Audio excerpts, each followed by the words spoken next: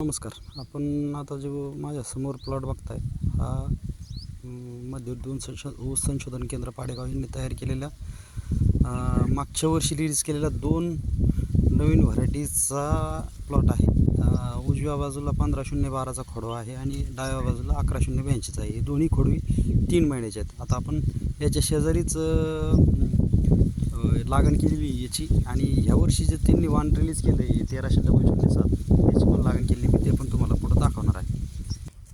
जसं तुम्ही आता 3 महिन्याचा खोडवा पाहिला आहे 15012 आणि 11082चा. हा जो तुम्ही समोर लागण बघता ही 3 महिन्याची लागण आहे 15012ची.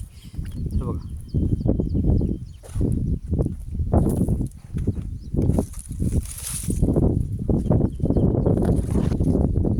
फोटो एकदम छान झालेले आहेत आणि 3 महिन्यात ऊस पाळबांधणीला आलेला आहे. जवळपास आता पाळबांधणी करून घेणार आहे.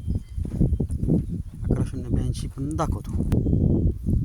15012च आहे आणि आता ही इथून ही सरी बदलली बघा. डाव्या बाजूला 11082ची सरी लागली. हा 11082 आहे.